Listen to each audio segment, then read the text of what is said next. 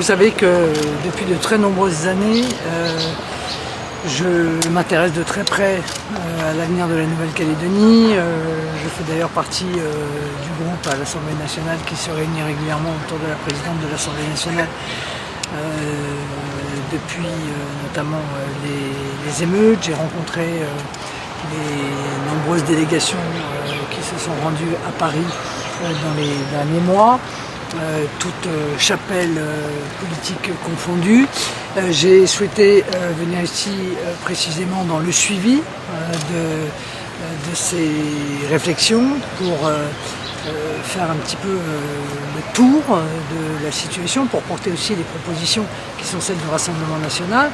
car je ne vais pas vous le rappeler, mais nous sommes le premier groupe de députés à l'Assemblée nationale. Alors, tout ce qui pourra se décider de toute façon passera par l'Assemblée nationale, et donc tout à fait légitime que le Rassemblement national s'attache à apporter sa contribution à la résolution des difficultés, pas seulement institutionnelles, mais également économiques et sociales de la Nouvelle-Calédonie, pour réussir à trouver un chemin de paix, qui est aussi la raison pour laquelle nous avons souhaité cet arrêt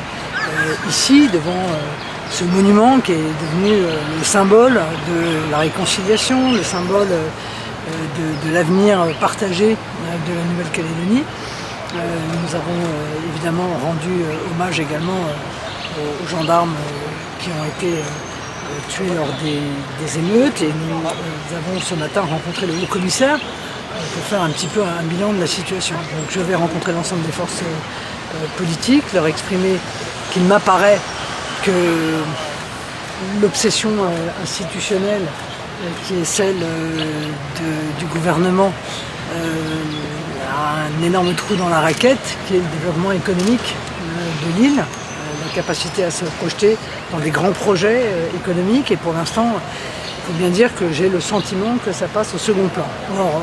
il m'apparaît que c'est ce qui peut, au contraire, permettre de cheminer ensemble, de donner un véritable espoir, réfléchir à que sera la Nouvelle-Calédonie dans 30 ans, au-delà de l'aspect institutionnel, car s'il n'y a pas de développement économique et de développement social de la Nouvelle-Calédonie, s'il n'y a pas un vrai rééquilibrage en Nouvelle-Calédonie, il n'y aura pas de stabilité institutionnelle.